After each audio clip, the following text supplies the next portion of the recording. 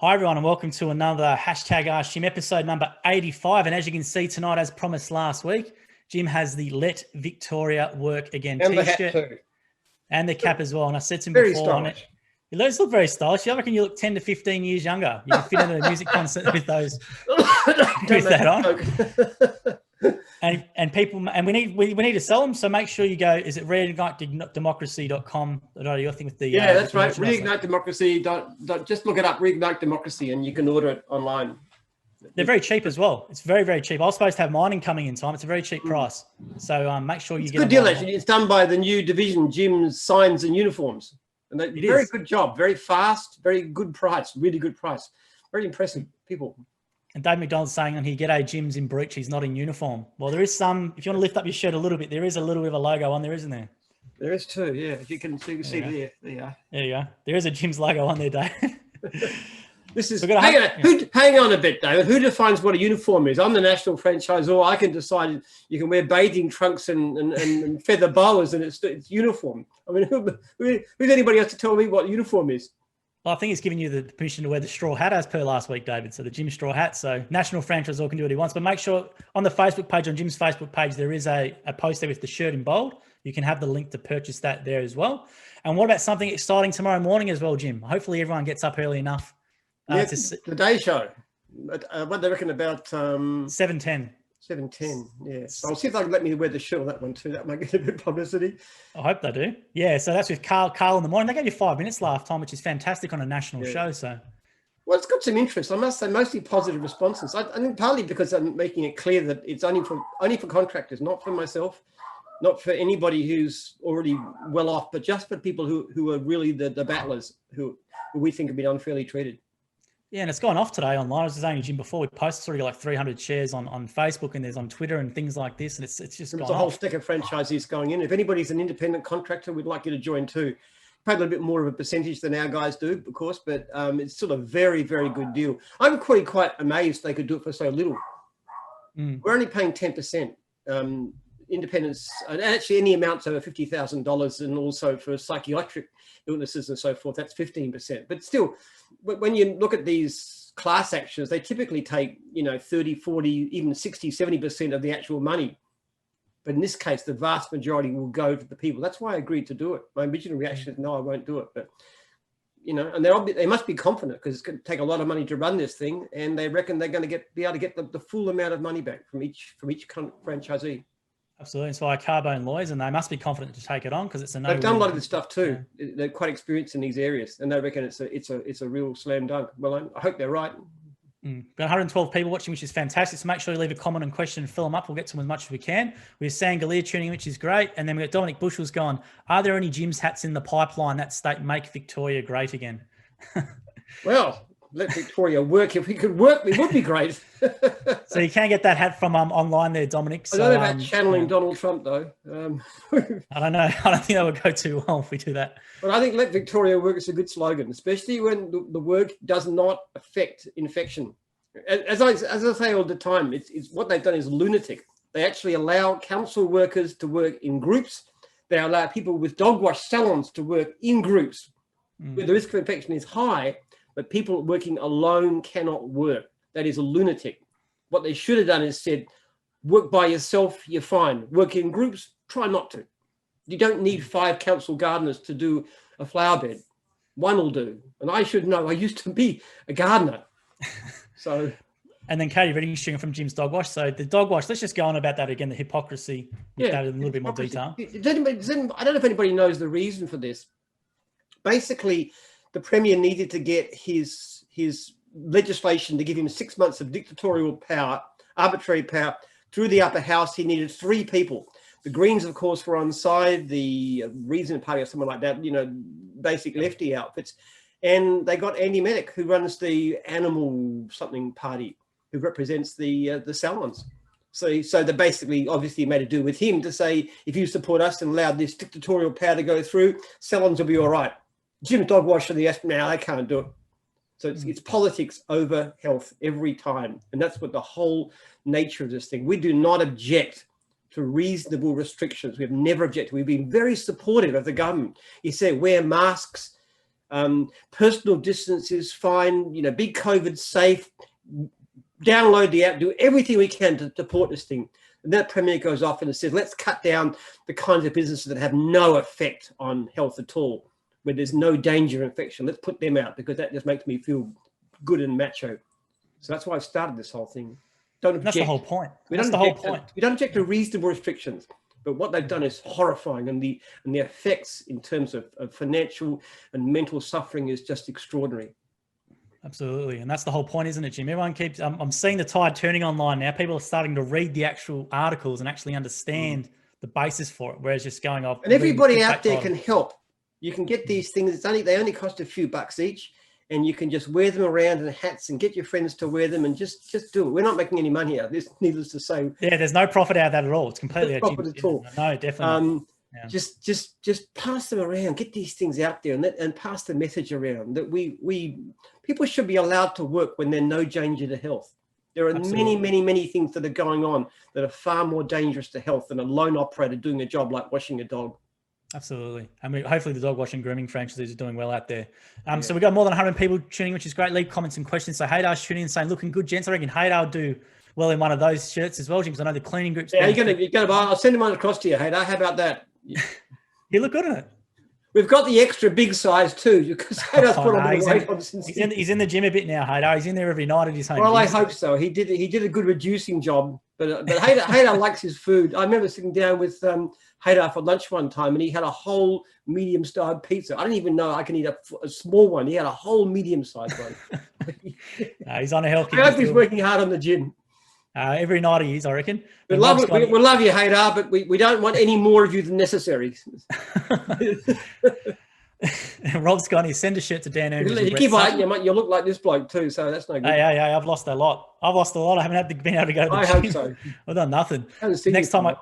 Well, next time in person, Jim, you might be surprised. You might be able to do it on anymore. I'll say, who's this Slim Jim guy? Slim Jim. And then Rob's gone, if a good suggestion, we could do this, Jim. He's going to send a shirt to Dan Andrews and Brett Sutton. I guess you could post one to him. Well, what good would that do? Just as a bit of a laugh. They probably would. Yes, I think it had some poison in it or something. Probably say it's a bomb. I wouldn't let me in the Premier. No, I don't think so. The last thing Daniel Andrews wants to do is let Victoria work. He'd like to have them all everybody on the dole or working for the government. We'll touch on the budget in a quick bit, but we'll just keep going from questions and comments and stuff. So David Don's gone, he did a job at a customer's house. They were showing me photos of people that came into their shop with funny masks. One had a G-string over their nose and mouth. Another had a full-blown gas mask like our World War II. What's the funniest and best mask you've seen, Jim? I don't think I've seen anything really strange. I'm not out that much these days. I think actually masks are kind of, you have a woman wearing a mask. It looks kind of cute sometimes. My wife looks good in the mask. Not that I don't think she's gorgeous all over, but it's just a sort of a cute look. So James Goni, I'll be watching tomorrow morning the Today Show. Look forward to seeing you speaking. And I have noticed that lawn mowing has been advertising on Channel 9 during the Today Show. Over the past week, as you have previously not been in favour of this form of advertising, I wondered what might have changed your mind, Jim. No, it didn't. But the mowing's yours. Jim's is far more of a democracy than people think. What actually happens is that you have the franchisors in the area that's relevant get together and they decide, and it's basically voting by households and paying by households. And I have a region in Victoria, which is Gippsland Southwest, which is quite a good region. So I was kind of outvoted. That's what happened. People think that I have total power. I don't. Actually, in fact, we've set up the system in ways that, as franchisees will know, that are very unusual. Like we give franchisees the right to change regions. We had a franchisee change region today. He's not getting on with his franchisor, so he changed to a different region. I just did that about 2 hours ago. We had a franchisor who actually was voted out by his franchisees, has to sell his region. And of course, any changes to the manual have to be voted by the franchisee. So it's sort of crazily democratic in a sense by comparison with most, but it works all right. Well, the Vic Mowings always wanted to do that, Eric. So it was an exercise by them, and they got it very cheap as because of the time at the moment. Then Paul's always got any hi Jim and Joel, kick Dan out, put Jim in. Yeah, we get that a lot every week. There's something like that. Yeah. And we've got Mark saying here, can anyone join in the class action from Mark Yes. online? If you're basically, it's for independent tradies. So how do they do that? What's the best way? Just go to Carbone Lawyers, just All right. CARBONE Lawyers, and which is in the paper too. Just email them and say, I'd like to join in the class action. I'm, a gardener, I'm a fencer, whatever you are, and just say you'd like to join in. If you lost money, I think everybody should do it. I reckon you're crazy not to, because there's no risk. I have to warn you, the actual document it puts all these charges on, and it's not, there isn't any charge. It makes it sound like you might have to pay something, but you absolutely do not. In fact, I'll guarantee any Jim's franchisee, personally guarantee you won't pay. In other words, if you do happen to get a bill, send it to me.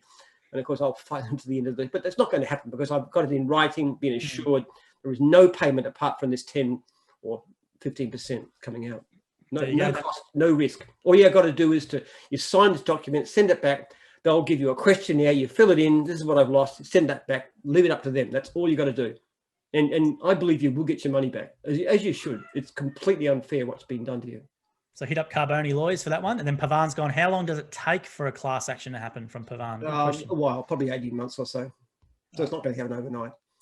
We're trying to work through the other one. We're just working how to appeal to. We've got some people who put the application in based on the Public Health and Wellbeing Act 2008. We've put an application in. We've got the first rejection now. So now we're going to work out how to put that through VCAP. So what grounds did they reject it on? What grounds? Oh, just pages of gobbledygook. I mean, what does it matter? Of course, they weren't going to pay. They have to admit then that the whole thing's been a farce, and the Premier's not going to allow that to happen. And then Shelley's gone, the collateral damage is far and wide, absolutely. Then Lucas has gone, I've lost 90% of business because of Dan. It's unbelievable. Couldn't even support the family, but thanks to your persistence, it's back. Thank you from Lucas, which is really nice. And then here we go. Steve Walken goes, hi guys, did we get any answers to the questions about gyms online from last week? That was the hot topic. Are we any closer to franchisees and franchisors being able to find contact details of all other franchisees in their area? From Steve. I think they're just working on it now. They are. You emailed live on air to Liv to get it sorted. So yeah, programming takes a while actually. So yeah. We've got this massive list, and every time we shorten it, it sort of adds more on the end, so it gets bigger. It's just never ending. So the answer is, Steve, not yet, but it is being worked on, because Jim made it then. They're going to get that done soon. And then we spend several $1 million a year on software development. You wouldn't believe how much there is to do, but it does get better. It makes improvements, but it just the list never gets smaller, because it just keeps on adding extra things on the end.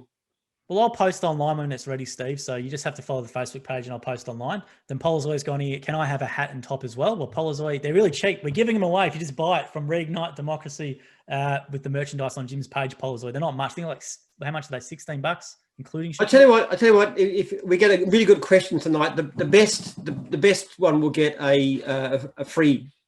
In fact, there's a hat, there's the shirt, and there's a couple of bumper stickers. Yep. We've also got core flute signs too. I should have brought mine to show you. So there you go. You get the pack, the hat, and the bumper stickers too. We'll send it the best question tonight. All right, fantastic. There you go. So leave a question there, Polazoy. Then Andrew's saying, good on you, Jim. Ettore. A lot of people saying, well done, Jim, which is fantastic.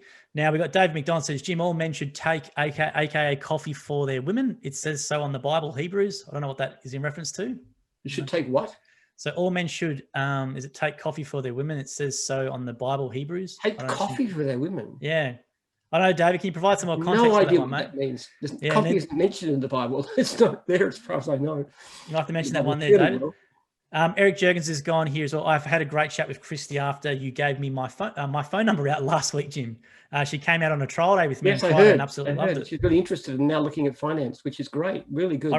And yeah, so he's saying he received a phone call last night. Very pleased to hear that she wants to go ahead now. And yes. This is a great division. It's going to double in size and all will now if you help her. It's exciting actually too, because there's a division that at the beginning looked very, very dicey. Eric was really struggling. And then since he's actually worked out the way to do it and making very good money, we reckon there should be hundreds of these across Australia. It's a fantastic system. It's a great, the truck is great. the food is good, the coffee is good. I wouldn't know because I don't drink it, but the chocolate is nice. It's good coffee. I've had it. Oh, it's good coffee. But and it's just and we've got and Eric's got a good. He's kind of going to be like the trainer for the division. So it's really fantastic. And we think we're going to get a lot of people on this. And Gary is his her wife. Sorry, his wife is Gary. His husband is Gary Hertog, is a mowing franchisee, and they're both out in the Western Melbourne. So you can have that Western Melbourne 2 mobile coffee vans will be fantastic. Now here we go. We've got one from Valenos. Is gone. What motivated you to bring the court action as opposed to other options from Valenos? Basically, it's the price, because I was approached about court actions, but the class actions. But what I've always heard about them is they're really, really rotten. What they do is they get these litigation funders, and they put up the money and they get these massive profits out. And most of the money actually goes to litigation funders and the lawyers, and the people only get a fraction. So when I talked to Carboni, and they originally came back to me and said, we can do it 15%. I said, oh, right, now you're talking, but I want 10% for my guys. So that's where it came from. It's just simply, and look, it's quite a big thing. If you've got to get 1,000 people together and do all the administrative paperwork, it's a big, expensive operation. Now, to my mind, you know, if there's $20 million is paid out in this claim, they're only making $2 million, but that's not a lot for the work they've got to do. So they must be confident it's going to work. Otherwise, they wouldn't take it on. And they have experience in this area too. So they say this is definitely something that we're going to be able to get through. And then Angelina's gone, well done, Jim, for standing up for us. That's great. Now we've got one here from Wendy Hodgkin. Hi, Jim and Joel. Whatever happened to basic logic and common sense? Dan Andrews never had any. I've worked as a nurse for years and was exposed to infectious diseases, and basic hand hygiene and common sense never saw us health workers at risk or infected. No, it's lunatic what they've done. It really is. A sensible system would have done so much better. It would have had no effect on infection, but it would have saved so much loss and so much suffering. And I think actually people talk about the financial effects. I personally think the mental health effects are probably the worst ones. I know even in our own house, I've got a daughter who's 17 years old and it's just cut off from her friends in a crucial time of her life. It's very hard for her. It's really, really difficult. And we're better than most because we've got a big house, our family's together. One of my daughters has come back from university, staying with us. I'm still working, but even so, it's difficult. But people are really suffering from this, and I think they're ignoring the mental health aspects, as people often do. Absolutely, and they provide little funding, and they just say more support services. But at the end of the day, it's very hard for people to access those in a normal environment, and then online now, especially. And plus, the people. But as I say, always with mental health, for anyone who watches this, it's the people around the person with the issue as well, which is the ones that never get any consideration. Kevin Lacey's gone here. Hi, Jim. What losses has the brand as a whole had due to closures? From Kevin Lacey. Good question. I don't think the brand's been hurt at all. I've myself probably lost about $500,000, best estimate. But, it's not so much I'm not making money. I'm just not making as much money as usual, to be blunt about it. The brand has probably been helped because the publicity of this thing has been overwhelmingly good. I would be quite confident that, in fact, I've had people say to me, this is the best PR thing that's ever happened to you. No, I wish it had never happened, but honestly speaking, the amount of exposure we've got, the amount of media we've got, and overwhelmingly positive. People come up to me in the street and they congratulate me. And I received, like in the mail today, I think 4 people wrote me actual letters, snail mail, saying congratulations and thank you and stuff. Some of them with multiple people. I got one for the University of Adelaide. It's all over the place. Really? University of Adelaide? Yeah. Right. It was quite, I got actually 5 rubbish bins. Fantastic. Yeah, that's one here. That one came in today. That was just sort of a congratulations and thank you. That's from a member of Parliament. What else was there? This one here. That was another one. So all these things are pouring in all the time. So yeah, a lot of support. So it's. I think it'll be your fifth. I think it'll be your 5th or your 6th primetime morning TV slot tomorrow as well. I think it'll be your 5th or 6th appearance on Today and Sunrise together tomorrow. Yeah. Well, who is speaking up for small businesses like ours? Nobody else is in that situation to do it. The fact that we're a nationwide franchise change means that I can have a voice and I can speak for them. And, I mean, a lot of the support from franchisees, but most of it comes from outsiders, just saying, well done. Thanks for sticking up for the small guy. I was reading about I think I mentioned it last week, the Eureka Stockade, and it's so similar You have basically a rather dictatorial and unresponsive, unlistening government doing things which were really, really offensive to the small diggers, the entrepreneurs of the goldfields. And to a large extent, they were doing it because they wanted to force them out of the goldfields and go back to work for the squatters who were losing their labor. So they wanted to go because the goldfields were too lucrative. So it's very much the same thing. You know, it's the big end of town against the small. But in the end, the diggers won. Because after the Eureka Stockade was crushed, and many of them were killed, all the people who were put on trial were let off, and supported by cheering crowds. And then after that, they changed the law. They started giving land to the small people, and they got rid of the licenses, the goldfield licenses, and they started moving towards democracy in Victoria. So it was a great movement, and I think there's a lot of similarities in what's been going on in the past few months, to my mind. Then we've got Paul Schwab's going, I'm not with Jim's mowing, but I admire what he's doing. I enjoy watching the both of you and your interactions with many topics that you cover. That's nice, Paul. And thanks for taking the time to write that. Then Haydar's going, you guys are funny. I've lost heaps of weight recently. I'm fit as ever. I haven't seen you, Haydar. It might be true, but how would I know? I have to show you a photo. You have to show me a photo. Do one in Speedos. It'll give me nightmares, but at least it'll prove your point. Well, we might have to do a Jim selfie with the shirt on. So when he gets the shirt out to me, we have to put one on there and do it. Then David McDonald's gone, my customer today owns a franchise business, not saying what. We were comparing notes on franchises. They have to repay a territory fee every 4 years to keep their territory. However, the franchisor can sell another business similar to theirs next door under a different name. The only thing I could say is you signed the contract. That's unheard of. Oh, no, it's not. You would not. Wow. That's a right to give franchisees and franchisors real power. So even if I wanted to be arbitrary, I couldn't because I'm bound by my own contracts. Absolutely. So we've got audio on there. I think the screen's dropped out there. I'm just getting on to Jake to fix it up there now. We'll keep going though. So it's back up there now, which is fantastic. So Wendy Hodges gone, wearing masks creates more health issues. We are all rebreathing in carbon dioxide that we blow out, and it causes headaches and fatigue and makes our bodies more acidic. That's from Wendy Hodgkin. Yeah, all right. Sorry, I don't really agree. I think they've done a lot of studies on masks. What they find is the major benefit is not so much that it stops you getting infected, but it means if you are infected, you're not so likely to infect others because it stops the air coming out so fast. I mean, and the evidence is, I don't mind it because it doesn't cost jobs. It doesn't cost lives. So it's a good thing to do. Then Chris has gone here, how much money should franchises expect to lose by filing a lawsuit against the government by damaging your brand? That's from Chris Goronsky. Well, in the sense of lose, they're going to get paid, hopefully, by the government, but I don't think it's hurting the brand at all. I think it's had the opposite effect. You've had, how many did you say you had? About 300 people comment and no negatives? It's already had on your page, it's already had 300 shares organic, which is pretty good. It's overwhelming. In actual fact, we know people actually write to us and say, we've never used Tunes before, we're going to use you in future. They're saying things like this. And I think that's overwhelmingly what's happened. And certainly the people I've spoken to said this has been really, really good for your brand. And I think outside of Victoria, it's received really well, from what I know, from Queensland and sort of more Brisbane. Outside Victoria than in Victoria for some reason. Victorians seem a bit spineless. They sort of say, oh, the great Premier is looking after us, protecting us against the evil, nasty virus, so we trust him in the face of any reason. I've seen some stupid comments online. I saw one when saying, oh, he's protected, 800 people have lost their lives. It's like, well, suicide rate's a lot more. Well, guess why they've lost their lives, Premier? Because you stuffed the quarantine, which strangely enough, nobody's responsible for. You have a form of government where people do make major decisions and nobody's responsible for anything. I mean, what sort of competence is that? Well, how much did that inquiry cost? Like $1 million, whatever it cost, and they all said no answers, right? Wasn't me. It was somebody else's fault. But if you set up a form of government so that nobody has responsibility for important decisions, then it's your fault.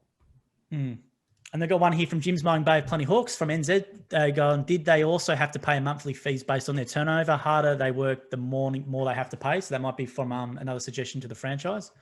Yeah, well, we don't like that. We don't think a person who makes more, because in my point of view, if you give somebody the same service and somebody's making $100,000 a year and somebody's making $2 million a year, and I'm not exaggerating, we have franchisees making that and more, we're giving them the same service. Why should we charge one person, like 20 times as much? We haven't done anything different. If you've got the nous to go out there and take extra work and put employees on and invest in your business, why should we get any extra? It's your benefit. Absolutely. Then Keen's gone here. Did you get JobKeeper for any of your staff from Keen Spencer? No, because our income hasn't gone down enough, because basically we had about, out of something just under 4,000 franchisees, we had about 700 who were affected by this. So not enough. You have to be declined by 30%, and we were a bit below that. Then Kwan's gone here. How is your mental health, Jim? So someone's asking about your mental health, Jim. You going all right? Yeah, great. Yeah, look, it's been hard, but personally speaking, I'm all right. In a way, the whole thing with the media is a bit of a buzz, but what the weight on me is my franchisees. It really hurts me. I just can't, even for like an hour, I can't forget that I've got people who are not working. It just really is a burden.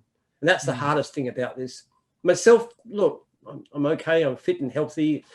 My business is going well, apart from, lockdown and stuff. I'm with my family.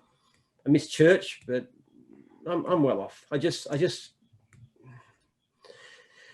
just a burden. I speak to people. I hear the stories. I know 2 families where they've had people who've attempted suicide. And it's not the franchisees, but their families. It's you hear this kind of stuff going on, which the Premier doesn't, and it's very hard to take. Absolutely. For myself, I'm fine.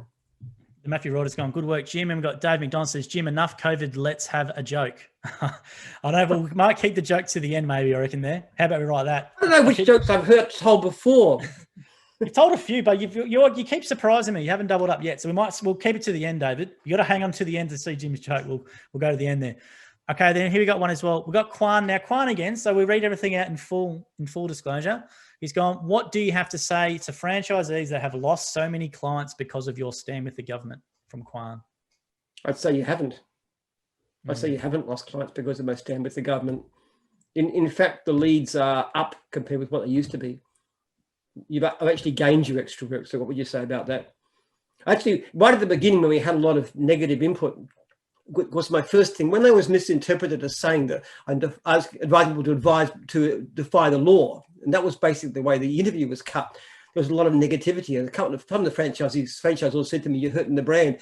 I said, "Okay, I'm going to make a deal with you. Okay, I'll make a bet with you for $10,000 that we get more leads in October this year than we got last year, the same year." I didn't think October would last that long, but I made that bet to several people. Not one person take me up on it. The fact of the matter is, this has been an actually exceptionally good thing for the brand. Overwhelmingly, people are in favour. You might get somebody who says, "I'll never use Jim's again because he doesn't love the Premier as I do," but you'll get 10 people who say, "Oh, good on you, Jim," and that's the direction we're getting. So yes. Yeah, it's definitely slowed down. Twitter's probably the cesspool on social media the most, and it's definitely died down in regards to that. Frank Roscombe's gone, my customers have done their own places now, so now they don't need a gardener right now. Well, hopefully, Frank, they might need you again once things get going. I would absolutely be confident that you'll be busier than you could ever be in your whole life once we get going. If we need to spend some, don't forget too, we're talking about spring in Victoria. So the grass is going berserk. The biggest problem that I've heard of for franchisees, they're just so behind. Yeah, I've seen some crazy photos. photos. It's the biggest problem. They say, "I've got so much work on, I've got to try and do it." And then when you go there, the grass is so long, people don't want to pay extra. That's the issue I'm hearing. I don't know of one franchisee in mowing in Victoria who's anything but flat out. Not one. If anybody would like to let me know about them, I'd love to hear about it, but I don't know one person.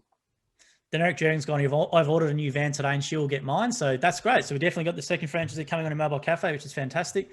Then Ben Lewis has gone, how do you think a mobile printing and photocopying van would go, considering a lot of companies will continue with a working from home model after the pandemic is over? From Ben Lewis. Probably not, because printers are so cheap these days. Honestly, I think a person's working from home, that's what they'll do. We've got a printer here. Then Dean Lockwood's gone here. Thanks for that question, Ben. First time viewer. I had a new just this week, a new potential franchise system, which is Jim's car buyers. Car buyers. A guy who's got a really good background in the industry, and people, when they want to buy cars, they want some guidance to find themselves a really, really good car. And he thinks there's a great business in there. And if you actually have a look at it, car brokers or car, there's a lot. Yeah, there's car broker industry. Yeah, there is. Yeah. Yeah. So this bloke has fantastic. His own major had 200 people working for him at times. So really high-powered business guy, and he's interested in doing this. That's very exciting. We'll stay tuned for that one. That's exciting. Then we've got Dean Lockwood's gone. He do not accept any settlement offer until after discovery has been completed. That's from advice from Dean Lockwood. Do not accept any settlement offer. It's not going to be up to me anyway. It's not going up to my franchisees because I'm not a party to this. I'm supporting it, but I'm not making any claims for myself or for Jim's group in any way. This is purely for the contractors who've been hurt directly. Then we've got Dave McDonald says, Jim, is your research still going ahead or is it still sitting at the moment? Is it done in Vic, interstate or overseas? How involved are you in the technical side of the research or do you leave it to others? From David. It's going well. We've got some really interesting experiments going. We hope to have some very good results by the middle of next year. It's being run through Latrobe University in Melbourne in terms of the animal work, direct animal work, but we're hopefully going to get a deal with UTS Sydney, University of Technology Sydney, on doing, this is more for the epigenetic work over there. And as far as my own involvement is concerned, look, I'm not technical, but every couple of weeks we have a Zoom meeting of the team, including myself, and we go through the different projects. So I'm involved. I'm not doing it, but I'm involved in everything. I know every experiment that goes on, I approve it. And then I look at things like costs and so forth to try and keep the cost under control. And we discuss what's got the priorities. So yeah, I'm involved. I know you want to be the test subject once with the spray. I remember we were talking about that a while ago. They didn't let me do it. They said it's too dangerous. You can't. You want to be the first one for the human trial. We will do it on rats first. Then now here's another one from Quan. Quan's asking the tough questions, so we'll see if this is true or not. But I'll read it out. We don't hide anything on this session. That's it. He's gone. Had a number of franchisees telling me that they've been ripped off and that their franchises aren't worth the paper it's written on. From Quan. Well, I'd like to know who Quan. Yeah, tell me who they are. I mean, yeah. Look. Can I say something? It's not as though a franchise is not a guarantee. What I can say is that, and this is figures that you can check for yourself. You go online, you look at failure rates of gardening business and clean business, you'll find the failure rate typically in the first year is between 90 and 95%. About 5 to 10% of these businesses last the first year. With ours, it ranges, but the actual failure rate is between about 10.5 and 11% on average. And I can give you these figures, okay? Now, out of that 10.5, 11%, some of them haven't failed. They've actually decided and offered a great job to go big into. Some of them go independent, which is possible for a smallish fee with us. But some do fail. So some people actually do fail at gyms. And one of the reasons, in fact, tomorrow morning, I'm going to be doing the franchise or training course. And one of the things the first thing I'll do in the first course, which goes from 9 o'clock until 10:30, my first session, I'll talk about selection, why we select, how we select, why it's so important not to take people on. Some people should not be in business. Even with a franchise, your chance of success, a franchise like ours, is much greater. You can still fail. And so some people will fail. But what you've got to do, and this is important, if you're looking at a franchise, don't just read up the general media about what franchise, like you can get good stories and you get bad stories. What you do is you get a list of all the franchisees from the business you're looking at with contact numbers. If they don't give you that, they're in breach of the law. You shouldn't have to give a deposit. You shouldn't have to sign anything. They should just give you this list. That is the law. That's the franchising code. Get that list, ring up as many as you can, and then ask them what it's like. That is the way to check it out. Now, if they give a poor response, and that includes gyms, if they happen to get it, then you don't touch it. You don't buy it. If they overwhelmingly say it's a good response, you've got something which is likely to be a pretty good system. And I'm pretty confident that most of the time, if you try that with our divisions, you will get a good response. Now, that does not mean that you're going to succeed. But the reason that you don't succeed is going to be 99% to do with the way you approach the business and your attitude and so forth. For example, a franchisee complaining about how bad the system was. Now, one of the things he wouldn't tell you, and I've seen this, I was looking at this today, he gets complaint after complaint after complaint. Poor work, didn't turn up, didn't ring back, didn't give a quote, again and again and again and again. Now, in the end, this guy fails, quite likely he will fail, and he will say the system is lousy. Is it really lousy? If you're in the bottom 1% of franchisees in terms of customer service, how likely do you think you will succeed? So do your research. Don't. And it depends who they are. Now, if you want to approach me about individual people, I'll give you some stories about what's going on. That's but thanks for leaving that comment, Quan. It's tough, and we always do it in transparency. And one of the best sayings you can have and polite to yourself is, if it's up to me, it's meant to. If it's up to me, if it's meant to be, it's up to me. I will say we have had failures that were not the fault of the franchisee. And I'll give you an example. There was the interior design system. Yes. It was a new division. It looked like a good business. We got 4 ladies to buy into this particular division. And after a while, it became obvious it wasn't working. They weren't able to make money. The economies were wrong. Okay, so what we basically did is we made a deal with the person who ran it, and all the 4 were given cleaning franchises. They were all moved across to cleaning. One of them is now a highly successful franchisor, I might say. So they didn't lack ability. So that's an example where we failed. Not every division works, but if you go into an established division like cleaning or mowing or dog wash or any of those ones there, the chance of failure are just very, very small if you follow the system properly, particularly in regard to things like customer service. So that's a great comment though, Quan. Thanks for leaving it there. And then we got Ivan's gone, good on you, Jim. Then Tommy Kendall, here's another one similar. I've heard the motivation before the Let Victoria Work movement was more so avoiding having to waive franchise fees and pay out guarantees, and less about the franchisees' well-being. From Tommy Kendall. I don't know where you heard that, Tommy, but yeah. Well, we're not paying anything out. What happens is any franchisee who's not unable to work is actually all the fees are immediately suspended. Every single fee. There's no income coming to us in any way. And I might say too, not only do we suspend the fees, but if they were able to legally go out and do anything like NDIS, we didn't charge them fees. So we didn't actually stop them working. We just simply said, we're not going to charge you any fees. I might say too, and this is a real credit to the franchisors, most of the franchisors have been in regular contact with their franchisees regularly every week, just seeing how they're going and talking, even though they're not getting paid a cent. Probably more so in contact, haven't they? More so in contact from they have. Speaking to some franchisors. And I'm proud of them. I really am proud of the franchisors. They've done a brilliant job. They really care about their guys, even though they've got no income themselves. Though they obviously most of them have got good businesses, so they're not too bad. They're not living on the breadline anyway. But they still spent the time and effort to keep their franchisees, look after them, and particularly with concern for mental health. And maybe you think I pushed that too much, but it's a big concern. It's been a big concern of us for years, and even more so now with what's gone on the last couple of months.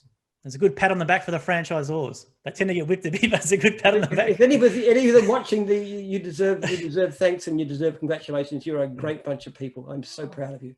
Thanks for that question there, Tommy. And you heard it straight from Jim's mouth. So I don't know where you heard it from, but you've heard it from Jim direct. A farm's gone here. Apart from staff working from home more regularly, what else will be different in the national office after COVID? From a fam.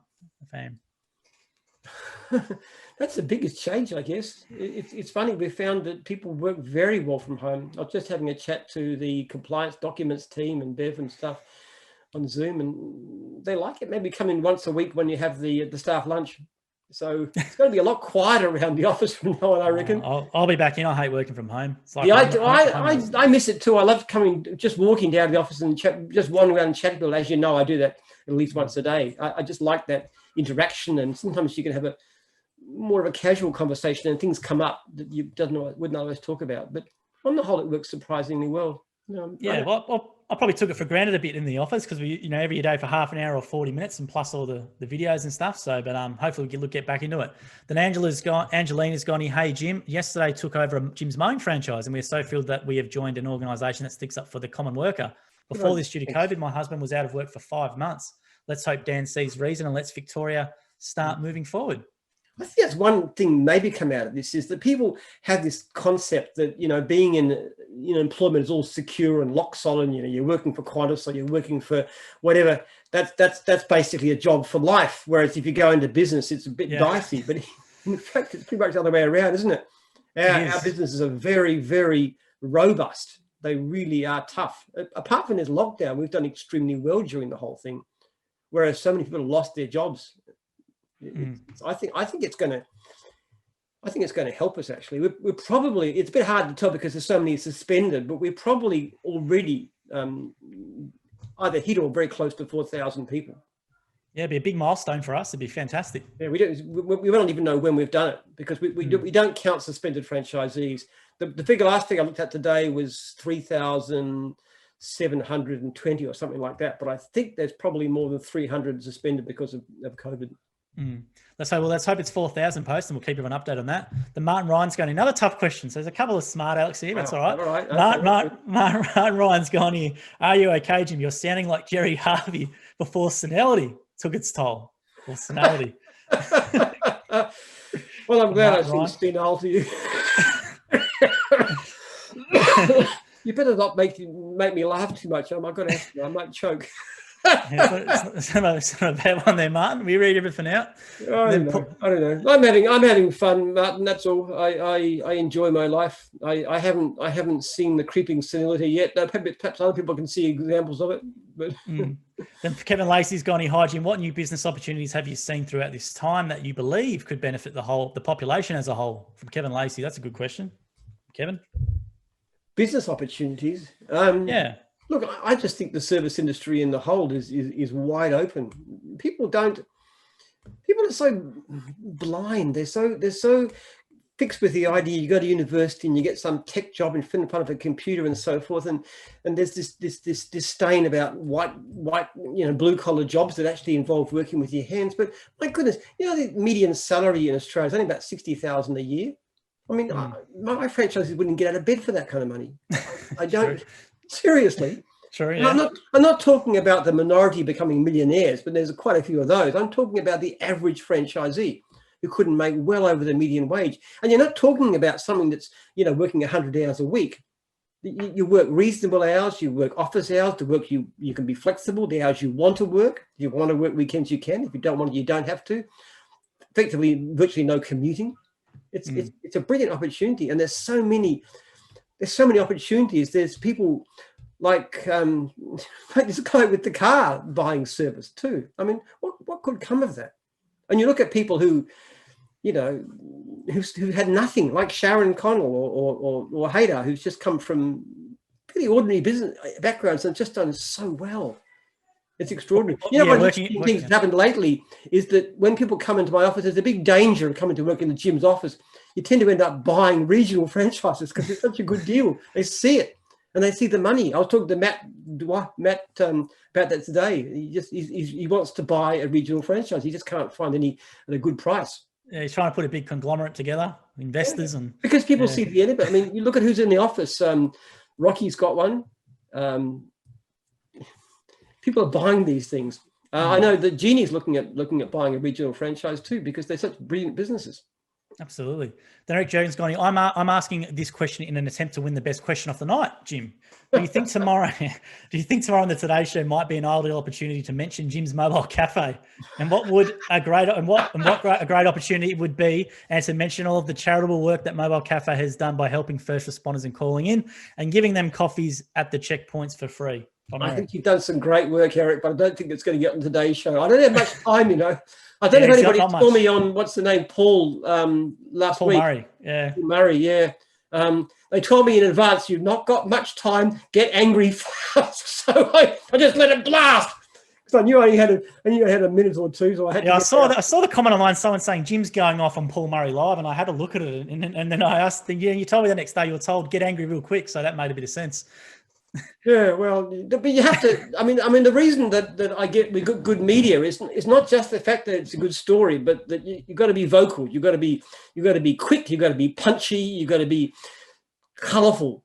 You've got to have an opinion, strong opinion. Strong opinion. They want the strong opinion. Apparently I do good media. The media like me because of that sort of thing. So you're playing to the media, because what we want is publicity. We want this kind of thing. We want this to happen. We want people to know about us and listen to us. So we've got to get onto the media. And we've got good contacts too. I've got this guy, Anthony from News Corp, who's fantastic. He did the article this morning. He went out in the Herald Sun and so forth. And so I've got a regular. We bring each other about every day. So we're just talking about different things, and we'll give him a bit of advance. It's fantastic from that. All the connections we've made during this period has been fantastic. Connections. As soon as we over lockdown, we're going to get together and have some lunch. He sounds like a great guy, and he's done some really good work. Fantastic. And then Helen's gone here. Sorry, we came on a bit late. Just to clarify, do gyms franchisees need to register with Carbone lawyers, or are they automatically included in the class? No, you have action to from register. Helen? If you get it from the, if you haven't got it, just let me know, jim@gyms.net, and I'll send it to you. But I sent you a document. You just got to sign it and send it back. Just be aware there's a lot of stuff in there about costs and stuff which does not apply. It's there for legal reasons. You absolutely will not pay. As a franchisee, I personally guarantee you will not pay a cent. And if they try and bid you, send it to me and I will take it up. But they won't happen because they've told me in writing several times over, there'll be no charge except for this 10% at the end, or 15%. Absolutely. So do that one, Helen. Please get involved. If you get it, once you get that, you sign it, you send it to them. They'll come back with a questionnaire. Then you've got to fill in your details about how much money you've lost and so forth. Now Ben Kerr's gone. Now Ben Kerr, another controversial comment. It's going suing the taxpayers to fill his own pocket. Shame on you, Jim. From Ben Kerr. Well, yeah, I guess so, and that does occur to me too. I've actually personally. It's actually the aim of this thing is to personally go at the Premier and the Health Minister and the senior bureaucrats who did this. So we're going to try and get money out of them personally. But the other thing I'd ask you is this. The government is dishing out money right, left and centre. I mean, Daniel Andrews is giving out $3 billion, but all to his favoured people, the people who are in larger organisations and so forth, with stuff all for the smaller tradies, who actually, in my mind, deserve it more than these big firms. Is it really wrong to say, well, let's give everybody a share, let's not just look at the top end of town and the people who are already well off, but let's look at the small guys who've been hurt the most because they got the least. Why don't they deserve some protection from the government?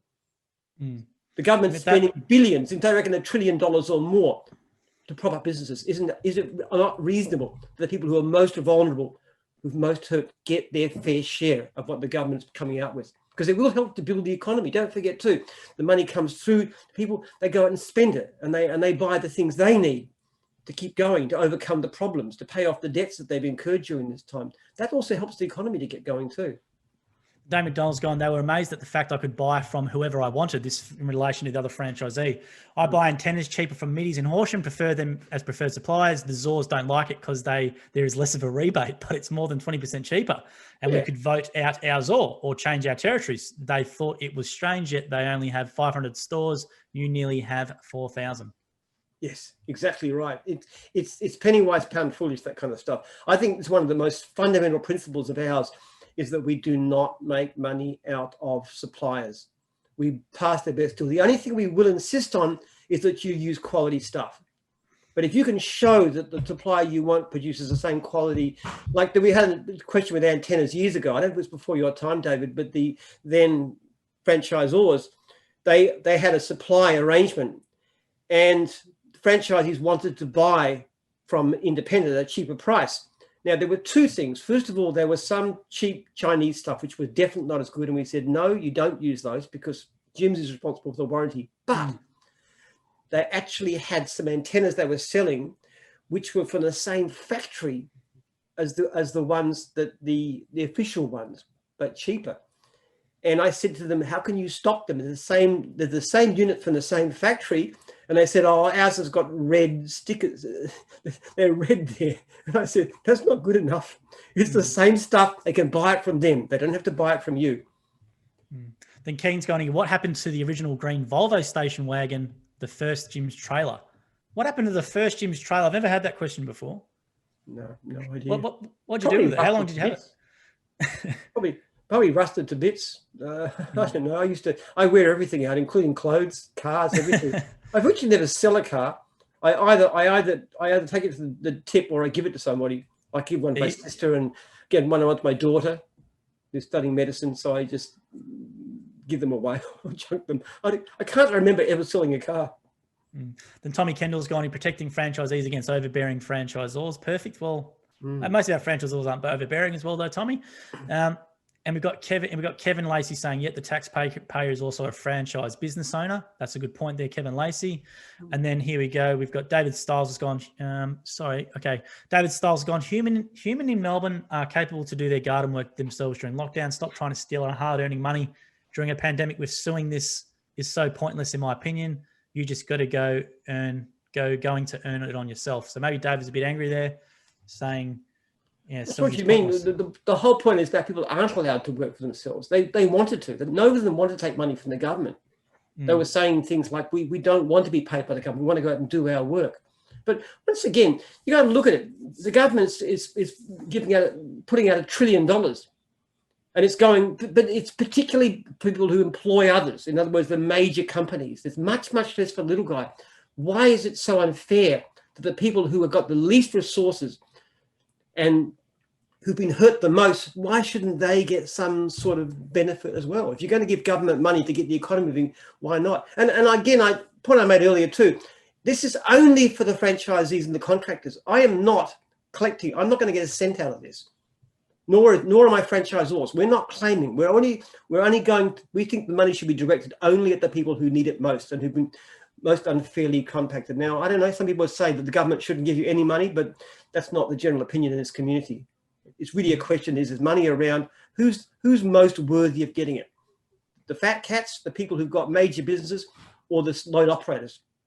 You answer me. You maybe take the fat cats. I don't know. That's your opinion. It's not mine. And from the photos online, David, many people aren't capable of doing their own gardening work. I can tell you that right now, how they've let some of their gardens go. Then Denise Taylor's got any hi from the Sunshine Coast. We love that you're the voice of small business, Jim. Keep it up. You have 100% our support. Then Paul Sanders has gone, was only an inquiry, Jim, which was too easy for the pollies to simply not answer.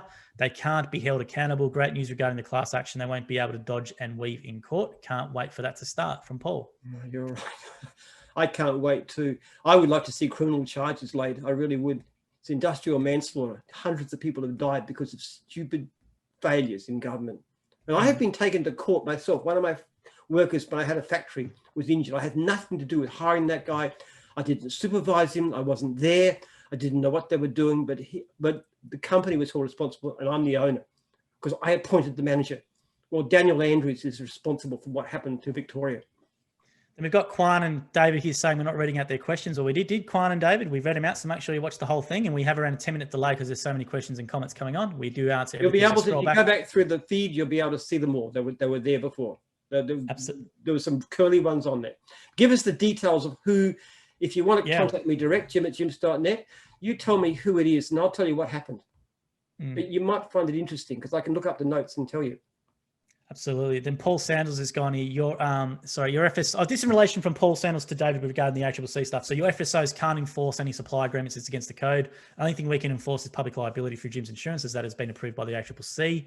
Yes. Well done for you for shopping around on the antenna supply and working on your costs, which is fantastic. And then we've got a few here as well. We've got Greg McPherson. Thank you, Jim, for your support and our talks over the last 3 weeks. So from Greg, you must have been in contact with you, Greg McPherson.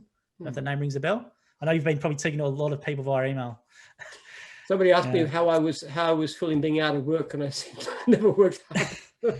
Honestly, it's been very draining, hasn't it? It's been you've had to do a lot of stuff. Sometimes you like the media, but sometimes it's very draining. I've got to get up early tomorrow morning. The Today Show are coming at 6:30, so it's an interesting life. Absolutely. Then Nathan's gone, I'm part of the Jim's car detailing group, and my biggest problem now is telling my clients that I'm still locked down. I probably have at least 2 weeks worth of work when I'm allowed. Super frustrating. Absolutely. Car detailing one's a really frustrating one, isn't it? It's so stupid too. You're an outside worker. Why should you be not allowed to work? You are no risk to the public.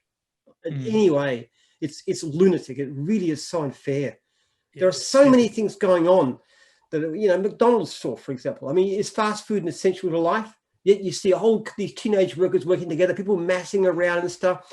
You have to be 1,000 times more likely to get infection from some place like that than you will be washing somebody's car alone in their yard. It's so unfair. It's so wrong. It just frustrates me. It's very frustrating, Nathan. Hopefully it's not much longer, mate, and you can get back out there. Then Heath Key has gone, thank you, Jims, which is fantastic. Dave McDonald, I did a job for an accountant in a small town, less than 100, also a farmer, but full-time accounting. She said 50% of all new businesses she deals with fail in the first year and 75% in the first 3 years. That's in a new business in general in a country town. If you're talking about retail stores and so forth, that's more likely a true figure. But what you find is service businesses have a high failure rate because there's very little capital involved. But if you're actually buying a shop or setting it up, obviously you're more likely to go because you're better capitalized from the start, and there's more cost in walking away. You got Gabrielle Frank saying back to business. So Gabrielle might be back in business, saying nice to see our beloved leader. Jim is very focused as ever, inspiring, absolutely. And then Dave McDonald says, Jim, this may have been asked before, but do you play a musical instrument or have you tried and what? I did piano when I was a kid. I'm not particularly musical. Not really. No. I just sing badly. Sing in the church, yeah? You sing in the church? Yeah, of course. But nobody can hear that because as they say, make a joyful noise unto the Lord. So nobody can hear. My wife maybe can hear next to me. She doesn't mind. She's very funny. And then Dave McDonald says, Jim, what's the book on the bottom shelf? Probably second bottom, orange with a black stripe 2/3 from the bottom. I can see it myself actually on your screen. There's an orange book on your bottom shelf in the middle. That's the one. Yeah, I'd say that's the one. All new Australian jokes. Oh, that's a good one. Very good spot, David. But mind you, I just had a look at it recently, and most of them you can't tell these days. They're abysmally sexist. This is done by Philip Adams amongst other people, but you could not tell these jokes today. We've got to be careful. But we'll keep that there on the side. That's a good one. I don't think I'm all seriousness about it. I like joke books actually, and I go through them, try and pick out one that I like. But yeah. Then Denise Taylor's gone, we appreciate Steve Fitch, our franchise. Always been extremely helpful with our growth. So that's a great plug for Steve Fitch. He's a good man. Steve. Andrew Gardner's gone, hi, Jim, will you still be cutting Daniel Andrews' grass? I don't know if a Jim's guy cuts Daniel Andrews' grass. Wouldn't that be ironic? Probably.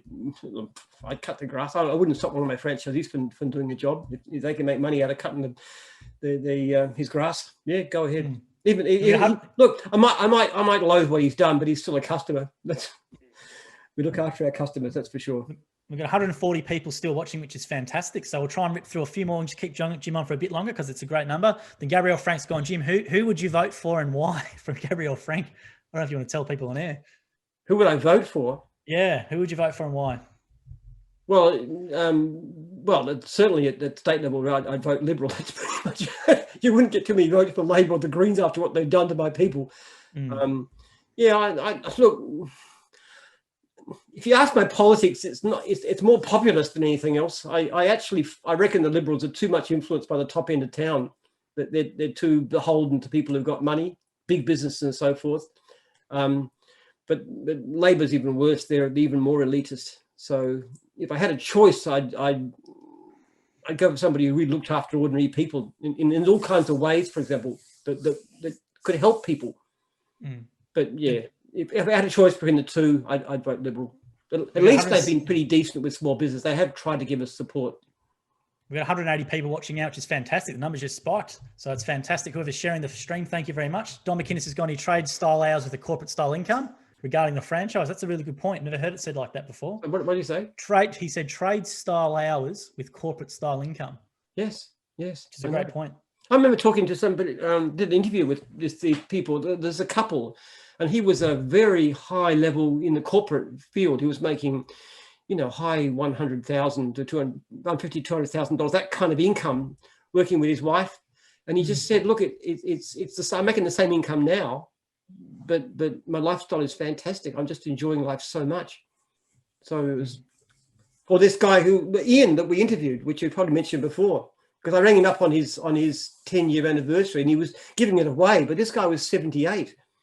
And he said he made money mowing lawns in his 70s. He had as a manager with Bunnings when he was younger.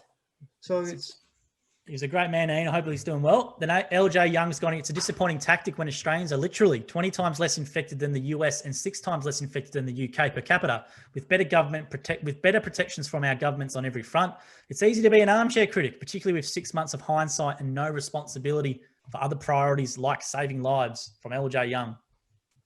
But I think in some ways that the point of it is, I'm not against reasonable restrictions. In some ways, the government has been reckless with infection and lives. Pick an example. What causes an infection? Now, it's not the act of gardening. It's not the act of like washing a car. It's being with other people. So what you've got is a situation where you've got, at the moment, for the past 8 weeks until this last week, the lawnmowers in groups, gardeners in groups, council workers could work together and sole operators couldn't work. Now, if you were interested in saving lives, what you say is, you council gardeners, you split up. You work by yourself and you work by yourself. That would actually be less risk of infection than what he's done. Or rather than saying, as is the case now, if you're in a salon, I don't care if you've got 10 people in the salon, you can work. But if you're a lone operator working alone without any contact, you can't work. I would say if you really want to reduce the risk of infection, you say salon, yes, one person, one staff. Dog wash, one staff. So the fact of the matter, I'm not actually saying that we should relax. I'm saying what we should do is we should apply rules rationally to reduce the risk of infection instead of saying politics one, politics two, health a distant third. But thanks for that detailed comment there. I've never recommended any change or asked for any change that would increase the risk of infection. Everything I've fought for, the right of my contractors to work by themselves, has been aimed at reducing the risk of infection, as well as reducing the risk of mental health. It's not wrong to have a lockdown. It's not wrong to fight the infection. It's wrong to subordinate health to politics. And this whole business of why this took place in the first place, why did we get this breakout infection? Because politically connected people wanted to get this contract to run the quarantine. So let's not say no to the ADF, no to the police. Let's have untrained contractors who are given, like they say, 3 hours of diversity training, but 1 minute of how to use protective gear. It's what was done was crazy. What the Premier has done is put politics before health, and he should put health first, health second, and politics nowhere at all. We've got 200 people watching now, Jim. So the number's gone up, and I think I've been informed that a streamer called COVID Pete, someone called COVID Pete, has shared this, and it's gone to a massive audience. So it's up to 200. Well done, COVID Pete. Yeah, we'll go for a couple more minutes just because I know you got to get to bed, but there's a lot of people watching, so we'll try and whip through some real quickly. Tony Spano's gone, keep up the good work, Jim. I'm in the same industry, and I've lost a lot of work. Daniel Andrews needs a swift kick and to face the music. We've got some fantastic ones here. Ellie Jones going, in notes to self, when I meet Jim, don't eat a whole pizza. And then, yeah, and then, I struggle with things myself too. You know, I've just been told my cholesterol's a bit on the high side, and I've got to cut down a little bit of less cheese and cream and stuff. Yeah. Okay, and then we've got a real quick one. So Leah Marie's gone, hello, all your contractors can get JobKeeper. They're all franchisees, and I don't know if any of them are doing JobKeeper, are they? No, you can't get JobKeeper. JobKeeper's for employees. What you get is Job Seeker, which is unemployment benefits. And please bear in mind too that some of my franchisees, not a few, actually don't have citizenship. They're actually students. So they've got no income at all, nothing from the government, not 1 cent, and yet the government forbids them from working. So it's pretty grim. No, we don't get JobKeeper. If I was down, if my income was down 30%, I would get JobKeeper for my staff. In fact, our conference centre, we've got JobKeeper for that because the income's virtually disappeared, and that's been used to keep some of the staff on to otherwise go. That's what JobKeeper is. But once again, you know, it's welfare for the affluent, but stuff all for those most in need. And that's the wrong way to run a country. Some people would say, yeah, let's give more and more money to the people who've got plenty of money and none to the little guys. I think that's the wrong way around. Let's give more to the people who really need it and less to those who are already affluent. Now, Dale's gone here. What would you say to the trolls who believe the class action is not needed? Well, so that's people who've lost their income. Would you say that they don't need money? It's fair that they lost their income for no reason? I mean, not needed by who? I'm not asking, it's not for myself. It's not for my franchisors. It's only the franchisees and the contractors who've been denied work unfairly. And I do think it's essentially, it's not a bad thing for the economy. They are borrowing a lot of money to actually keep things moving. And I think giving it back to those who are most in need is a pretty good policy. Or else would you say that, for example, somebody's unemployed, oh, bad luck to you, you can starve in the gutter. Would you agree with that kind of thing? No, because as a society, we should look after the less fortunate. And that's in a sense what we're doing. But in a business sense, those who are most unfairly treated, who are most in need, they should deserve some compensation. And they can use that to spend into the larger economy and help to boost Australia back. I think that's the best way to do it. I really do. Some people would say, no, we shouldn't have deficit spending. You know, let's not have JobKeeper. Well, I don't agree with that. I think that's wrong. We are responsible for looking after the less fortunate. Then Darren Klopp's gone here, the outfit, Jim, makes you look young. I said that as well, Darren. I agree with you. The outfit, which you can get from Jim's page on there, you can get the link. It's very cheap, actually, so make sure you get it as well. It's good stuff. Anybody hasn't seen, let Victoria work, and it's got Reignite Democracy here. You can just order it from their website, and it's quite cheap, and it's very stylish. It's not big. This is more like a tent on me. This is the smallest size, but is that a small? If you think that's a small. Smallest size they've got. Well, I have to wear small. Very hard to get anything that fits me. I don't know. Even a belt. It's very difficult to get a belt that's actually They're Too much. You need to put in some weight, Jim. Bit more weight, I reckon. Bit more muscle. You want me to look like you? Don't give me nightmares. Thanks, Joel. Then Lorraine's gone here real quickly. Jim's group. Geez, how do doctors and nurses and surgeons cope then for hours in relations to the work? My girlfriend's a nurse and I think she's going okay. So it's not overly. Well, my daughter's training as a doctor and stuff. Yeah. And you know, that's hard work, but you've got to take your hat off to people. There are a lot of people who've done great work in this emergency, and the medical people and so forth, and the health workers, and look, even the police. That I think that they've been unfairly treated to be asked to report unconscionable thing. But it's very tough on them. And I have a lot of respect for the Victoria Police. I think they're a great police force, and it's sad that they've been politicised like this. It really is. When the Premier got the police commissioner to say target Jim's mowing, that's a pretty nasty thing to do. That's asking the police to be like the thugs of the government. So Mick, this is a question I see a lot. Now we'll read this out. So he's going, pull your head in, Jim. We all need to do the hard yards to save lives. Well, I don't know, Jim, how you want to address that? Exactly right. We do need to make sacrifices, and I don't object to it. But the sacrifices we make should be designed to save lives. Like you say, it's okay for independent contractors to be thrown out of work, but it's okay for 5 council gardeners to do to work on a flower bed in a public park. Why? You actually are not saving lives. You're doing the opposite. If you said everybody works by themselves, then you're saving lives. Then you're reducing the risk of an infection. Why not do it to put health first instead of politics first? Why not? What's your answer to that? Why, if you and put your answer back in and let Joel read it out. Why do you think it's okay to throw individual operators out of work when there's not one study, not one scrap of evidence? And I've asked repeatedly to show that there's risk of infection, but it's fine to have multiple council gardeners to work. How can that be fair? How is that saving lives? In fact, when you put unnecessary restrictions, you actually cause people to hold these regulations in contempt because they're so obviously unfair. And that is costing lives, not just lives from infection, but also lives from mental illness. You know, the rates of suicide attempts have gone up dramatically. Drug addiction, alcoholism, all kinds of issues.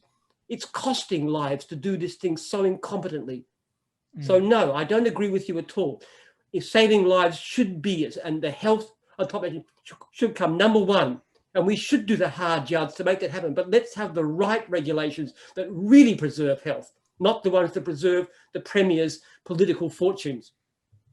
Then Sam Clayton's going to sue the people who are really to blame, namely all those self-entitled, selfish people who couldn't do the right thing without being guarded. It's a good point. The people at home who couldn't take personal responsibility and were leaving home and stuff. But well, I think it's appalling, actually. When they did the Black Lives Matter protest and there's thousands of people going to the streets and the Premier said, God bless you, keep on going. Well, not that you say that, of course, but he just, not one person fined, nothing done. Hey, because they're all lefties on the same side of the Premier. How is that fair? How is that right? Why don't you do something about that? Instead of saying, oh, because they're on the right side of politics, on our side of politics, they're allowed to go out and spread infection. That's fine. If you work for a union, you can go and spread infection. That's fine. If you support me politically to get my regulations through the upper house of Parliament, you can have multiple people on the site and they can wash dogs, and that's fine. Let's have regulations that actually preserve health rather than those that preserve the Premier's power. And then Mickot's gone, it's working, you can't deny that. So Mickot's saying it's working. He can't. So that's the guy who made the comment before and you said respond. So he said it's working, you can't deny that. And if it had been done better, if you had rational things like, for example, shutting down the businesses that cause infections and leaving inside the ones that don't, then it would work better still. I'm not saying that we shouldn't have regulations. What I'm saying is they should be based on health, not politics. Could anybody really like to put an argument and say, no, politics is more important than health? Yes, I'm sure people can die. That's okay, as long as the Premier's political position is. Why is that right? How can you justify that? How can you justify multiple people working on the same job as gardeners? That is appalling. You know how many people have actually sent things to me, all these pictures? They say it's outrageous. How can you defend that? Why? What's wrong with having restrictions based on health rather than politics?